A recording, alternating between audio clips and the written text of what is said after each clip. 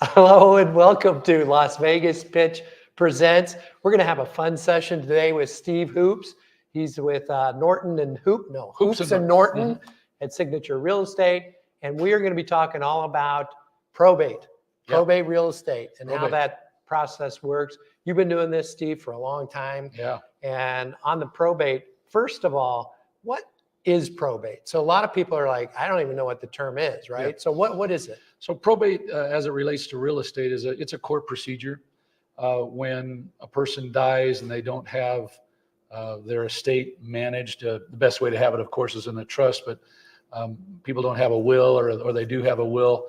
But the assets that the estate owns have to go back through the court system so that the judge can sort of supervise how the assets will be distributed. Mm-hmm. There's an administrator assigned or an executor assigned, and then the executor, before they make any moves at all, has to be given authority by the court. And then when they're starting to settle matters like real estate and bank accounts and stocks and those kind of things, whatever they do usually has to be supervised by the court, and that's done through petitioning and lawyer involvement. It gets expensive. Yeah, it gets expensive. Right? Yeah. But we do the real estate side. Uh-huh. And we're reaching out to executors and administrators and trustees to try to offer our services to them when they have these properties they need to sell. Right. So it happens when somebody passes away, Correct. right? And they own real estate. Yeah. And for the heirs, Mm-hmm. would they contact you directly and kind of work through that, or do they go through a different channel to get? It depends. I mean, we make efforts to reach out to them first because they don't know to contact us. They know that probably they're going to need a realtor. So we want to get on their short list of those kinds. Mm-hmm. They usually look to their attorney for some kind of referral. Lots of attorneys know lots of realtors. You know, we're all in there together. Mm-hmm. So when they know they have to sell, they usually turn to a professional, and that's what we offer our services at that point. Mm-hmm. So then you'll get started on it. Mm-hmm. And so when you set it up, Mm-hmm. how long does it take? Well, to gain authority, I should say, when an administrator, or say you have a relative that dies and they want to appoint you as the administrator, first you have to go back to court through an attorney or not, but you go back to court and petition the court to give you the authority to act as the administrator, or in the case of a will, an executor. And that process can take maybe 2 or 3 months to get you back to court for that first part. And then once you've gained authority, things will move a little bit quicker in the way of real estate, the real estate side. You can hire an agent to put the property on the market. Once the property sells, it has to go back to court for confirmation. At that confirmation hearing, which is usually scheduled somewhere between maybe 2 weeks and a month, depending on, right now it's going a little bit quicker, but it used to take about 4 months as things slowed down. And then we had a new commissioner come in. He shortened everything to 30 days. And now we're starting to see within maybe 2 or 3 weeks, we're able to get back to court, which makes it a little bit easier to sell. Right. So once we get back to court, the judge you'll have an offer in hand that you're there to confirm. And the judge will ask one last time if there's anybody in the court that wants to overbid on the property, conducts an auction. If there are overbidders, then there'll be a brief auction, and then somebody will walk away with the opportunity to buy that house. Okay. So how does it, when it goes to listing, can it still go to auction?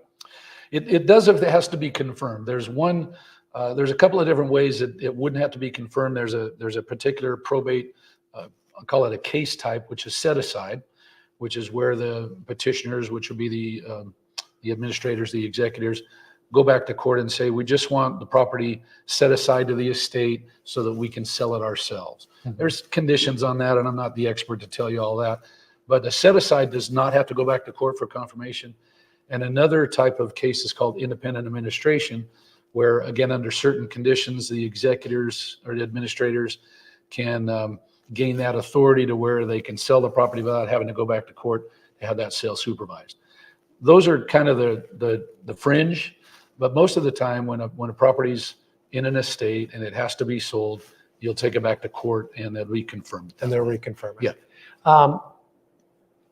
So the overall, the process, like from someone passing to the sale to where the heirs can actually receive the money. Yeah. Would you say that's like 3-4 months?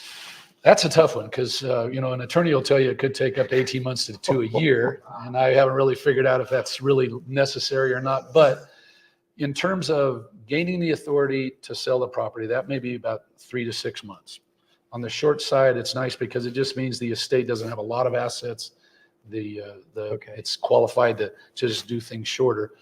But the settlement of an estate really can be a little bit far out. The property, if it's sold through probate, usually the funds have to go into the attorney's trust account, and then there's creditors' claims and bills that have to be paid out of that, and all that has to go back to court, to get the judge's approval on everything. And it's this going back and forth to court back and forth, that's our nagging our legal system, but it still has to be done that way. Our involvement ends when the property is closed, and those proceeds go into the attorney's trust account. In the property, okay. Mm-hmm. And is it more likely that there's a will or a trust that you see? Well, if the property's in the trust, it does not have to go back through probate court. That is the property.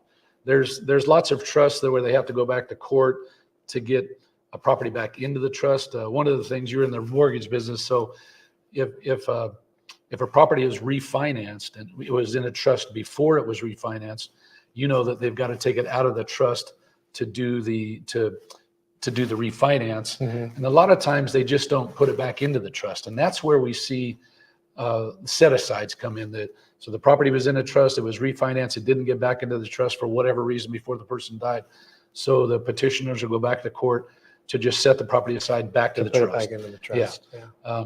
If it's not in the trust, then it usually has to go back to probate court. A big misunderstanding and I like to kind of clear this up whenever I can. A lot of people think that having a will keep you out of probate. It does not. A will is only kind of the first step in estate planning, and all the will does is give the judge a roadmap to tell the administrators how to proceed. Right. So there'll be instructions in the will, and the judge is there to oversee that those instructions are met. So if you take one thing out of this video today, know that just having a will not keep you out of probate court. So you've seen a lot of these. You've seen the trusts and the wills. Is there one that you would recommend over the other? Well, you definitely want to put your property in a trust. If you have any kind of assets at all, real property, stocks, bonds, and those kind of things, put it all in a trust, because in the end, the trust is sort of like a corporation. It's just ongoing. When you die, or when you die, when we die, I will one day. One day. I'm not ready yet, There's but no I will. avoiding it. But as you might know, a trust is going to have trustees, which are the living folks. And then when they pass along, there's usually it's called a successor trustee. Mm-hmm. And that's a person that takes over the trust when the original trustees die. That's why it's kind of like a corporation. A corporation never dies. There's somebody else put in charge. And as long as the trust is in place, the successor trustees can sell the property, they can keep the property, they can do whatever they want without any kind of court involvement. So I could feel very important and have Bill Gaylord trust. Absolutely. Yeah. I'd recommend it, especially with a studio like this. No, put it all in the trust. Yeah. So you've been doing this for a long time. How did you actually get into this? So I've been in real estate in Las Vegas since 1990. Born and raised here, Born right? and raised, yeah. Okay. I'm a native, right. yeah. So 62 years. Well, anyway, so in 2013, I got an ad on an email or something, hey, learn about probate real estate. And so I thought, well, to me, that sounds like something. Is that because the market was so bad? People I were guess, like, I don't know. I forget the reasoning, but I knew that, I'm kind of to the age, I'm 62, and my generation, our parents are dying, and there's assets being left behind. And when I went to this seminar, the guy had all kinds of statistics about how much wealth was going to be transferred in the next 20 years and all that. And I thought, well, I have almost 20 years left, I guess, in this business. So to me, it just made a lot of sense. Yeah. And then my wife, Sherry, she's a legal secretary by trade. So she kind of knows how the courts work. And together I took her to the next seminar, and she said, yeah, this could work. So we put together a plan, and we started marketing our services to folks going through probate. And what kind of services are different from a regular transaction versus a probate transaction? Getting a house sold, there's not much difference between a traditional sale and a probate sale, but there are some nuances to getting the property to go back to court. A lot of buyers in the beginning, when we were first learning, getting our own footing in it, we had to educate buyers that, you're getting this property at X price, but it still has to go back to court. And in court, somebody could overbid you. So I just would kind of classify all this as there's extra disclosures that need to be given to the buyers. Now, the Board of Realtors came up with some forms that cover probate sales. We have some additional documents that we put in the transaction. It describes the process. So here's what happens now. Here's what could happen at court. Here's what happens if you win the property and back out, which is a bad deal, not only for the estate, but for the buyers. And just giving them a complete education. And instead of offering these forms as addendums or disclosures, we actually make it a counteroffer. So I was told by one attorney I did business with, addendums can sometimes be argued out, but a counteroffer is part of the deal. Okay. So we put our disclosures in the form of a counteroffer. So having it set up correctly from a contractual standpoint is very important. Yeah, you have to have first of all, the executors, administrators, I call them personal representatives, all under one category. They have to have authority, and that's given by the court. The authority is granted in a document called the letters of administration or letters of executory, something like that. Yeah. Anyway, they have a document from the court that says you're authorized to act on behalf of the estate, and your authority includes these particular items. A lot of times, most of the time, that's selling assets. So who do you work with most when representing an estate? Is it just a representative of the estate? Yeah, it's usually a family member or a trusted family friend. And if there's a will, they're going to be called an executor because that would have been named in the will. If there was no will or it wasn't named, then they are called an administrator or a personal representative. If it's a trust, then of course they're going to be called a trustee or a successor trustee. So we're dealing with the people who have the authority to sell property, to do things with the estate. Yeah. Okay, they have the authority. Right. So do you have any fun stories where things went awry? Well, it's not really funny, but it's kind of sad to see how families get ripped apart with the estate. And this is where good estate planning, if you're a parent and you got some kids that like to fight a lot about things, put it in a trust and put someone in charge, a responsible one, because money does a lot of weird things to people. And when they see that this asset, which is the house usually, is kind of the only asset, there's a lot of stuff comes out of the woodwork. And a lot of times it is the only asset. Yeah, it is. Many or the biggest asset. The most challenging case, I would say, well, first of all, if there's a squatter in the house, man, that just throws a big wrench into everything because it's dangerous. What? It's hard. A squatter. Oh, a squatter. Yeah. A lot of time, not good. Especially if you're down there off of Boulder Highway in Tropicana, there's lots of zombies running around breaking into houses. But in any event, that makes the job really hard because it becomes dangerous. It becomes risky to go on the property. They've probably wrecked it. They've stolen all the copper. Yeah. But one particular house I had, there wasn't a squatter in it, but the guy who died, I guess he probably had booths at swap meets where he just sold stuff. Oh, And I mean, his house, I don't know that it was really a hoarder, but he just had all his inventory stuff in his house. And when they died, cats got in the house and the cats never got out of the house. So we ended up finding dead animals, piles and piles of stuff. They could get in, but they could not get out. Huh? And through the course of our doing a lot of probate, we've met estate sale guys and people that buy stuff. So we came in and once we got it to a point where you could actually breathe in the house, it was just so cat toxic. Yeah. We had a guy come in and he just made an offer on everything that was in the house in a one flat sum. So we were able to sell that. My son, and that was part of the estate too. That's part right? of the estate. So they had to go through and he gives money to the estate, and we did it that way. My son sells a lot of stuff on eBay, so he bought.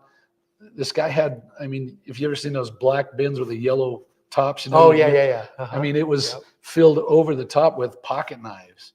Oh really? I don't know what my son's fetish is with pocket knives, but he bought this box of knives for X amount of dollars.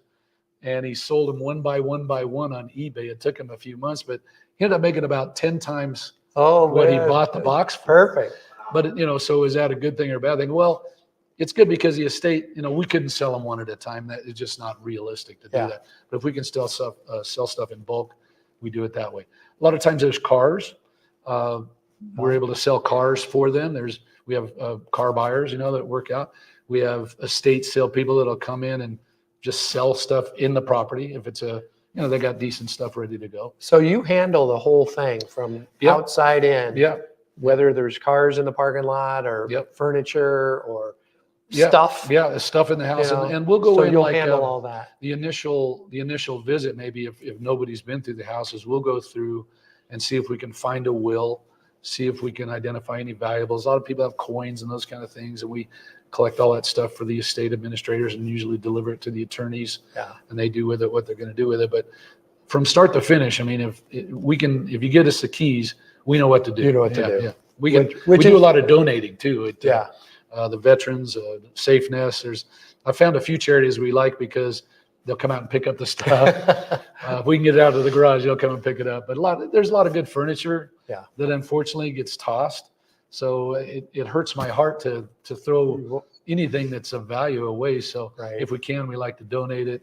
We've got a house right now. We got decent furniture, and we're looking at either donating or trashing it. I've got a dumpster coming Sunday. So, if we can get it sold or donate it, but then we'll do it that way.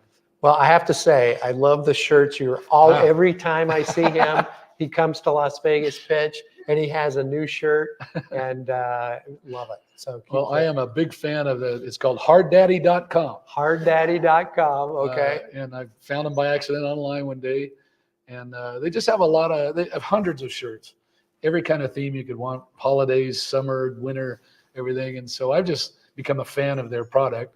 I'm probably a little bit too Charlie Sheenish, but, with the bowling shirt, but they're comfortable. Well, you always look good. Yeah. There's always a fun design, and it's the colors, and what's really good, you wouldn't know, is these shirts can be washed. They don't wrinkle. Oh, yeah. So, I mean, you don't have to take them to there's a lot of maintenance. Yeah. There's no low maintenance shirts. Low maintenance shirts right there. So, well, Steve, thanks so much for joining us today. It was a lot of fun. Thank you. And if you ever have any questions regarding a probate sale or one of your family members maybe going through this, it's tough, but call Steve and he'll walk you through step by step. We can also give you attorney referrals for if you're already dealing with maybe having to go probate, or if you want to be a little bit proactive and set up a trust, we can recommend attorneys for that kind of stuff too. Well, perfect. Hope everyone enjoyed, and we'll see you next time on Las Vegas Pitch. Bye, everybody.